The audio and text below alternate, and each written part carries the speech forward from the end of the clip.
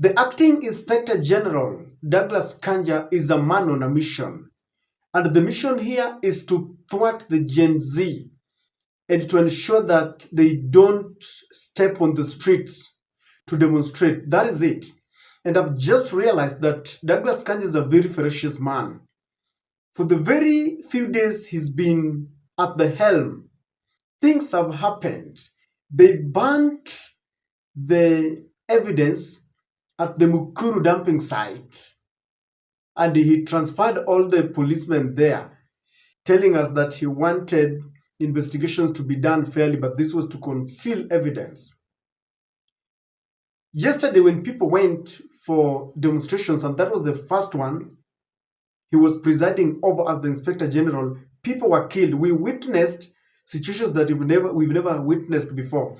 In hospitals, in churches, in schools, policemen did not spare. They were even shooting anyhowly at journalists. We saw how the veteran journalist, Gaidha Masharia, was abducted. Then later we were being told that it was a mistaken identity. And now Douglas Kanja is telling us that he's got the full authority to ban demonstrations without any reason. Now, Gen Zs had planned to occupy Uhuru Park tomorrow. And they wanted to do this in memory of their fallen friends and colleagues. And now Douglas Kanja is telling us that he's not going to allow that. And I want us to go straight to his communication. Office of the Inspector General, National Police Service press release. They are saying National Police Service headquarters for immediate release planned public demonstrations by Kenyan youths on July 18th. Since the public demonstrations by Kenyan youths, others known as Gen Z, began in June this year, our country has experienced enormous losses. People have been injured, lives lost, property and businesses destroyed, and livelihoods lost. Criminals have continued to infiltrate the protesting groups, resulting in a troubling trend of disorderly and destructive conduct. While the Constitution under Article 37 provides for the right peaceably and unarmed to assemble, to picket, to demonstrate, and to present petitions to public authorities, the Constitution equally provides for the critical role that the National Police Service plays in the national security of the country.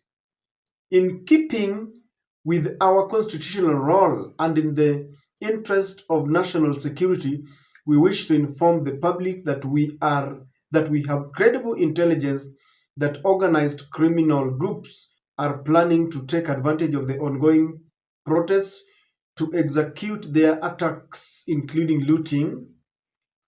Acting on this information and in accordance with international security standards for public assemblies, which require a designated leader to coordinate, collaborate, and cooperate with police for peaceful demonstrations, the lack of designated leadership in previous demonstrations has made it difficult to enforce safety protocols. As a result, no demonstrations will be permitted in the Nairobi Central Business District and its environs until further notice to ensure public safety. We therefore appeal to all members of the public to remain vigilant in crowded areas and to support our collective safety and security by sharing any information that may aid the police in crime detection and prevention.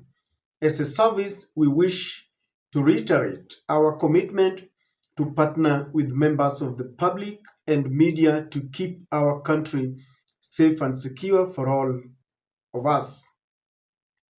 May God bless you, fellow Kenyans, and may God bless our country. And it is signed there by Douglas Kanja Kirocho.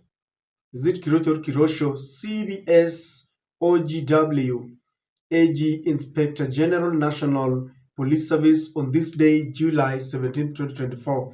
And ladies and gentlemen, this one is self-explanatory, and I want us to delve in this letter. Number one, the Inspector General must be told that banning a demonstration is like banning a constitution. That is it.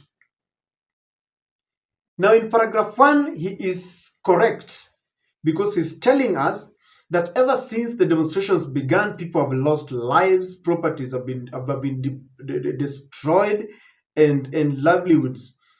And they're saying, he's telling us that criminals have continued to infiltrate the protesting groups, resulting in a troubling trend of disorderly and destructive. Ladies and gentlemen, number one, we have got evidence that the Gen Zs have always conducted peaceful demonstrations, and criminal gangs are always being sponsored by the political class. So if Inspector General is serious, he should put the blame where it belongs. We had foreseen this, that they were sending goons to infiltrate a very peaceful demonstration so that later they can ban it. They can use full force that these Gen Zs are disorderly. And that is exactly what they are doing.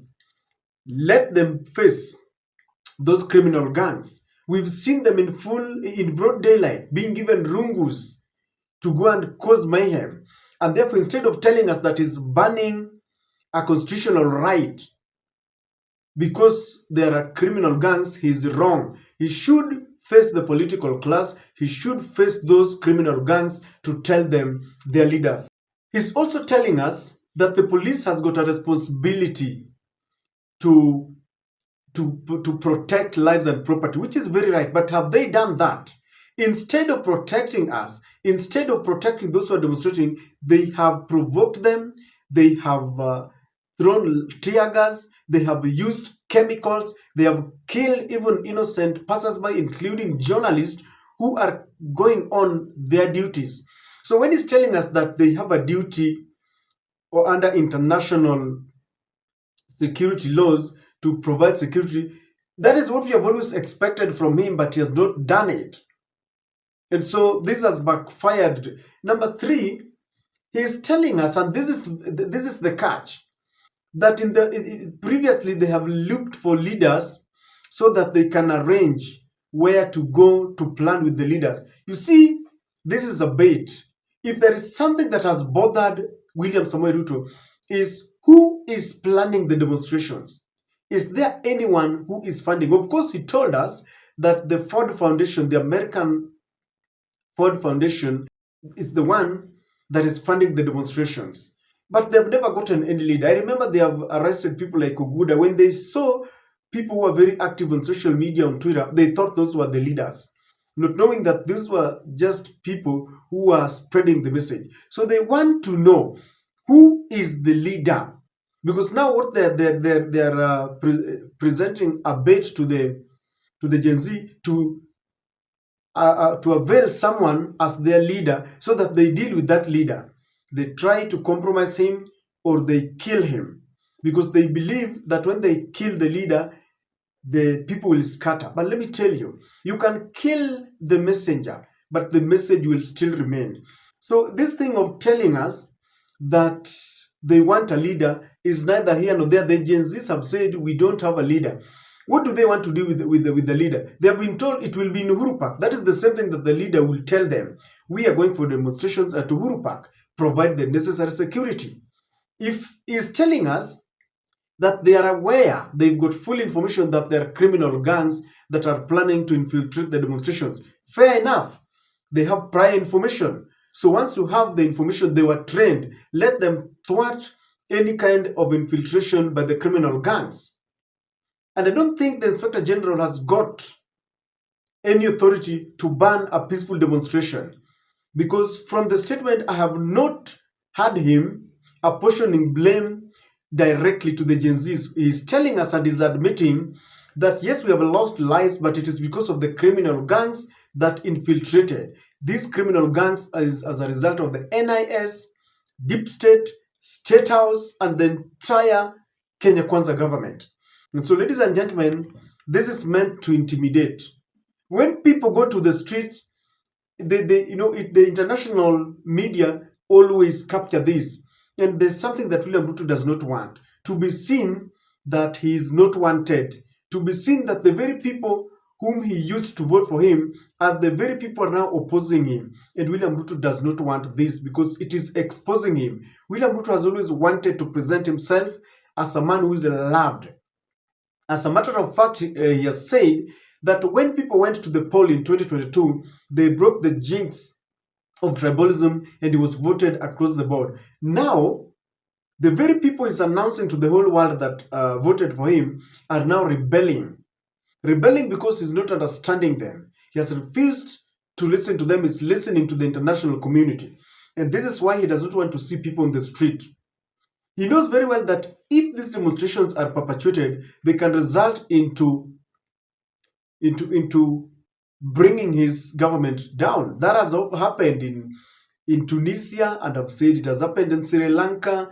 It has happened even from time immemorial in Russia, in China, China. It has happened recently in Sudan. So he knows very well that if this continues to gain momentum, then he is in trouble. And Douglas Kanja has come with one mission to ensure that he thwarts the demonstrations.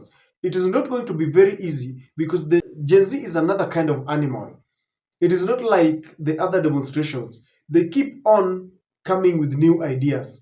They communicate through social media.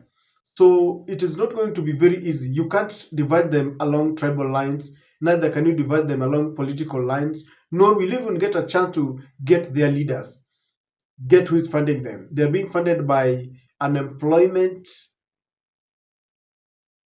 unkept promises, corruption, and wastage.